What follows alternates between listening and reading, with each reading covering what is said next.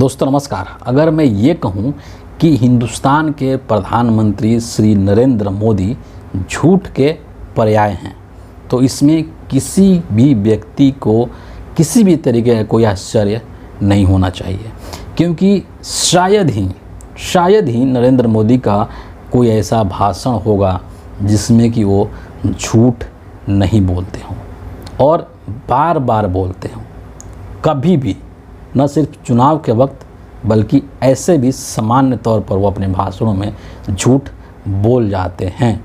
और इसीलिए मैंने कहा कि प्रधानमंत्री मोदी को अगर झूठ का पर्याय कहा जाए तो इसमें किसी भी तरीके की कोई अतिशयोक्ति नहीं होगी। बीते दिनों मोदी जी महाराष्ट्र के अंदर थे, मुंबई में थे और वहाँ एक आयोजन के दौरान उन्होंने एक रोज़गार को लेकर के एक स्टेटमेंट दे डाला, एक बात उन्होंने कह डाली और उन्होंने कहा कि पिछले 3 से 4 वर्षों में हमने कुल 8 करोड़ रोज़गार दिए हैं, 8 करोड़ नौकरियों का सृजन हमने किया है। आपको याद है कि मोदी जी 2014 में जब प्रधानमंत्री बनने वाले थे तो इन्होंने देश के युवाओं से ये वादा किया था कि हर साल हम लोग 2 करोड़ नौकरी देंगे और इस पर नरेंद्र मोदी बुरी तरीके से फ्लॉप हुए थे। मतलब सुपर डुपर से भी ऊपर वाला अगर कोई फ्लॉप है उस तरीके से फ्लॉप हुए थे। और अचानक से मुंबई के अंदर एक इवेंट्स के अंदर नरेंद्र मोदी बोलते हैं कि पिछले 3-4 सालों में हमने इस देश के अंदर 8 करोड़ नौकरियां बांटी है। सवाल तो बनेगा कि ये जो 8 करोड़ आपने नौकरी दी है वो कहाँ दी है, किसको दी है, कैसे दी है, कब दी है? क्योंकि हिंदुस्तान के अंदर रोज़गार को लेकर के जो स्थिति है वो संभवतः आज़ादी के बाद सबसे भयावह स्थिति में है और तरह तरह के रिपोर्ट्स इस संदर्भ में प्रकाशित होते रहते हैं, हमें और आपको देखने को मिलते रहते हैं, जो ये बताते हैं कि हिंदुस्तान के अंदर जो बेरोज़गारी है वो चरम पर है और ख़ास करके जो पढ़े लिखे युवा हैं उनके अंदर बेरोज़गारी सबसे अधिक है आज के डेट में। और नरेंद्र मोदी की ये जो 10 साल का जो अमृत काल है तथाकथित, दरअसल इसको नौकरी देने के रूप में नहीं बल्कि नौकरी छीने जाने के रूप में जाना जाता है। तमाम जो सरकारी नौकरियां हैं उसमें रेलवे, सोचिए रेलवे इतनी बड़ी संख्या में नौकरी देता था हिंदुस्तान के अंदर, लेकिन रेलवे की वैकेंसीज निकलना लगभग बंद हो चुके हैं। तमाम जगहों पर प्राइवेटाइजेशन किया जा रहा है, निजीकरण किया जा रहा है और सरकारी वैकेंसीज़ को ख़त्म कर दिया जा रहा है। सीटें खाली हैं लेकिन कोई वैकेंसी नहीं निकलती है। तो नरेंद्र मोदी ने कहाँ नौकरी दिया है, किसको नौकरी दिया है, ये सवाल तो पूछा जाएगा। लेकिन मोदी जी साफ तौर पर ये चीज़ बोल जाते हैं। और इतना ही नहीं, इनके जो पूर्व अध्यक्ष JP नड्डा हैं उन्होंने तो अपने एक वक्तव्य के दौरान ये भी कह दिया कि हिंदुस्तान में तो कोई बेरोज़गारी ही नहीं है। बेरोज़गारी और महंगाई ये जो ऐसे चीज़ है जिसको विपक्ष वाले बेमतलब का मुद्दा बना रहे हैं और लोगों को गुमराह करने की कोशिश कर रहे हैं। आप समझ सकते हैं कि BJP के नेताओं की क्या मनोदशा है, उनकी क्या मानसिक स्थिति है। जब नरेंद्र मोदी ये बात बोल रहे थे कि हमने पिछले 3-4 सालों में इस देश के अंदर 8 करोड़ नौकरियां दी है, इतने रोज़गार का सृजन किया है, तो इस चीज़ को लेकर के जो कांग्रेस पार्टी के राष्ट्रीय अध्यक्ष हैं खड़गे जी, उन्होंने बहुत ही करारा जवाब दिया है मोदी जी को और उन पर एक बहुत ही ज़बरदस्त तरीके से पलटवार किया है अपने ट्विटर के माध्यम से। और उसमें से कुछ चीज़ें उन्होंने रखी है, कुछ सवाल भी उन्होंने पूछे हैं और उन चीज़ों को मैं यहाँ पर आपके समक्ष रखना चाहूँगा। इसके अलावा भी और बहुत सारी चीज़ें हैं जो कि इस वीडियो हम लोग चर्चा करेंगे। सबसे पहले खड़गे जी जो हैं वो क्या कहते हैं कि कल आप यानी मोदी जी मुंबई में नौकरियां देने पर झूठ का मायाजाल बुन रहे थे। मैं आपको पुनः याद दिलाना चाहता हूं कि आपने NRA नेशनल रिक्रूटमेंट एजेंसी की घोषणा करते हुए क्या कहा था। अगस्त 2020 में आपने कहा था कि NRA करोड़ों युवाओं के लिए वरदान साबित होगी। सामान्य पात्रता परीक्षा के माध्यम से यह कई परीक्षाओं को समाप्त कर देगा और कीमती समय के साथ साथ संसाधनों की भी बचत करेगा। इससे पारदर्शिता को भी बड़ा बढ़ावा मिलेगा। यानी कि अगर NRA का गठन होता है, नेशनल रिक्रूटमेंट एजेंसी का, तो इससे पारदर्शिता बढ़ेगी, संसाधन बचेंगे, समय बचेगा। लेकिन हकीकत में क्या हो रहा है, आप देख सकते हैं कि NRA कितना एक्टिव है और NRA का कितने लोगों ने इस देश में नाम सुना है।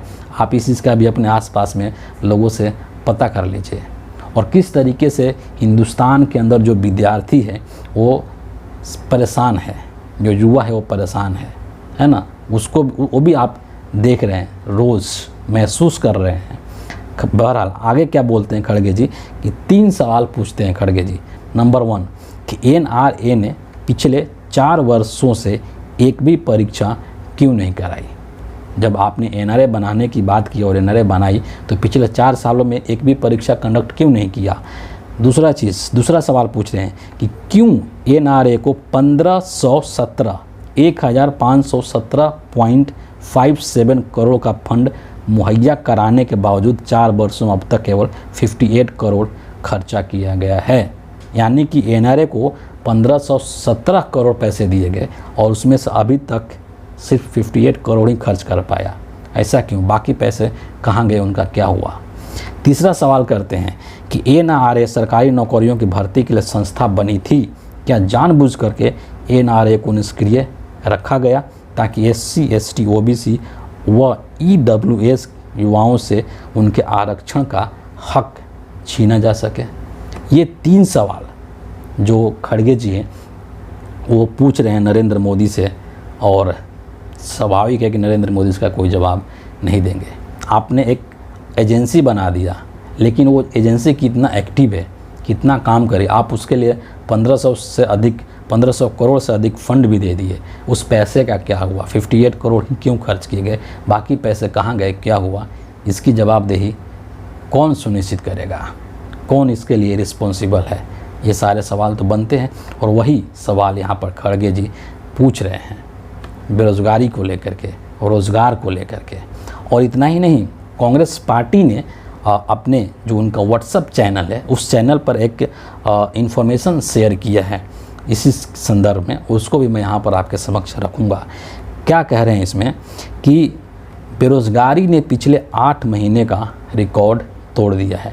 देश में करीब 30 लाख सरकारी पद खाली हैं। यहाँ बेरोज़गारी से तंग आकर हर घंटे 2 युवा आत्महत्या कर रहे हैं। 20 से 24 साल के युवाओं में बेरोज़गारी की दर 44.49% है। आज देश के बेरोज़गारों में 83% युवा हैं। ये कुछ आंकड़े हैं जो कांग्रेस पार्टी ने शेयर किया है। हिंदुस्तान का युवा नौकरी के लिए रूस और इजराइल जैसे युद्धग्रस्त देशों में जाने को मजबूर है। ये सब चीज़ें किसी से छुपी हुई नहीं है ना, कि हिंदुस्तान के जो बेरोज़गार हैं वो युद्धग्रस्त, जहाँ की लड़ाई हो रही है रसिया में, इसराइल में, वहाँ जा रहे हैं। सोचिए, अपनी जान जोखिम में डाल करके जा रहे हैं कि चलो भैया कम से कम नौकरी तो मिल रही है ना। IIT पास, अभी एक पिछले दिनों एक रिपोर्ट आई थी कि जो IIT ग्रेजुएट्स हैं, जो IIT से इंजीनियरिंग किए हैं, उन तक को नौकरी नहीं मिल रही है। सोचिए कि क्या स्थिति है। और फिर नरेंद्र मोदी किस मुंह से और कैसे ये चीज़ बोल देते हैं कि हमने जो है पिछले 3-4 सालों में 8 करोड़ नौकरियां दी है। इसलिए तो मैंने कहा कि नरेंद्र मोदी जो हैं वो झूठ के पर्याय बन चुके हैं। और आज़ाद हिंदुस्तान के अंदर आज तक जितने भी प्रधानमंत्री हुए होंगे, इतना झूठ किसी प्रधानमंत्री ने नहीं बोला होगा, और वो भी पूरी बेशर्मी के साथ में। किसी भी तरह की कोई शर्म हया नहीं है कि मैं एक प्रधानमंत्री हूँ, देश का एक संवैधानिक पद पर बैठा हूँ, तो मैं क्यों झूठ बोल रहा हूँ।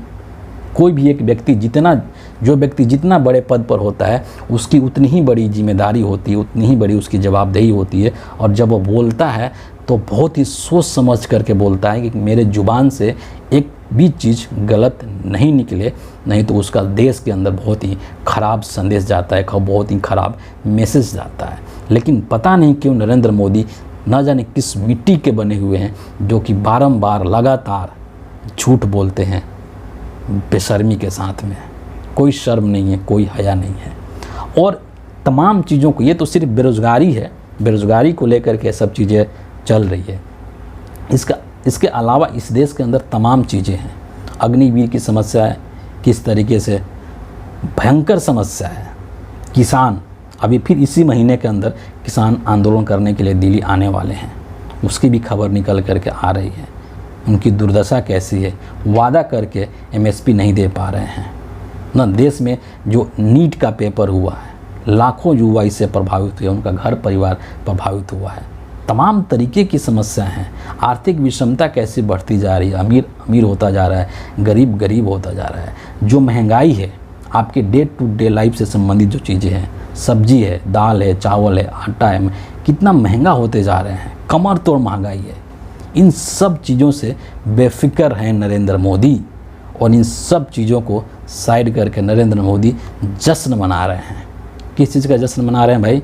कि ट्विटर के ऊपर मेरे 100 मिलियन फॉलोअर्स हो गए, और बाकायदे इस चीज़ को लेकर के मोदी जी ट्वीट भी करते हैं। जैसा लग रहा है कि कितनी बड़ी उपलब्धि इन्होंने हासिल कर ली है 100 मिलियन फॉलोअर्स इकट्ठा करके। और इस पर भी क्वेश्चन मार्क है कि ये जो 100 मिलियन फॉलोअर्स हैं नरेंद्र मोदी के, इसमें कितने ओरिजिनल हैं, कितने सही हैं, है ना? क्योंकि जिस तरीके की शख्सियत हैं ये, इनके हर चीज़ पर संदेह होता है, उसमें सच्चाई कितनी है। लेकिन मोदी जी एकदम यहाँ पर ट्वीट करते हैं कि मैंने 100 मिलियन फॉलोअर्स हो चुके हैं। क्या बोलते हैं ट्वीट करके, मुझको भी मैं आपके सामने रख देता हूँ कि 100 मिलियन ऑन एक्स यानी कि Twitter. Happy to be on this vibrant medium and cherish the discussion, debate, insights, people's blessings, constructive criticism and more. इसमें से कितने चीज़ों को नरेंद्र मोदी अपने जीवन में फॉलो करते हैं। कोई इनको क्रिटिसाइज़ कर दे, उसके ऊपर ये फर्जी केस लगवा देते हैं। डिबेट डिस्कशन का तो इनके जीवन में कोई स्थान ही नहीं है। देश के लोकसभा चुनाव के अंदर इस देश के कुछ बुद्धिजीवियों ने न्योता दिया था कि देश के अंदर जो मुद्दे हैं उस पर आप कांग्रेस पार्टी के राहुल गांधी से आप एक डिबेट कर लीजिए। राहुल गांधी सहर्ष स्वीकार कर लिए थे, वर्बली भी और लिखित में भी लेटर लिख दिया था कि मैं नरेंद्र मोदी से डिबेट करने के लिए तैयार हूं। लेकिन नरेंद्र मोदी की तरफ से कोई जवाब नहीं आया था। किस मुंह से ये लिखते हैं कि डिबेट एंड डिस्कशंस, किस मुंह से लिख रहे हैं कि कंस्ट्रक्टिव क्रिटिसिज्म, है ना? तो इनका जो कथनी है और करनी है, कहते कुछ और हैं और करते कुछ और हैं, उसमें दूर दूर तक कोई रिलेशन नहीं है, कोई संबंध नहीं है मोदी जी का। लेकिन मोदी जी वाहवाही लूटने में एकदम मास्टर हैं। जो एक होता है ना, अपना इमेज बनाने के लिए गुब्बारा फुलाने में बहुत मास्टर हैं। और इनके इस काम में जो हिंदुस्तान की जो गोदी मीडिया है, जो इनके अंधभगत हैं, वो पूरी तरीके से इनके साथ साथ चलते हैं कि अरे बाबा 100 मिलियन फॉलोअर्स हो गए, ये तो बहुत गजब का रिकॉर्ड मोदी जी ने बना दिया है ना? ये तो भगवान हो गए। भगवान तो कह रहे, उन्होंने खुद को ही बोल दिया था कि मैं नॉन बायोलॉजिकल हूँ। तो कहने का मतलब ये है कि एक होता है ना कि आत्ममुग्धता, देश की तमाम समस्याओं को छोड़ दो, जनता के सामने क्या दिखते हैं, जो जन सरोकार से संबंधित चीज़ें हैं उसको हटाओ, परे करो। हमको उससे कोई मतलब नहीं है, हम अपनी डफली बजाएंगे, अपना राग गाएंगे, बाकी जनता भाड़ में जाए। ये हकीकत है हिंदुस्तान के प्रधानमंत्री नरेंद्र मोदी का। फ़िलहाल इस वीडियो के लिए इतना ही है। आप सभी का बहुत बहुत धन्यवाद।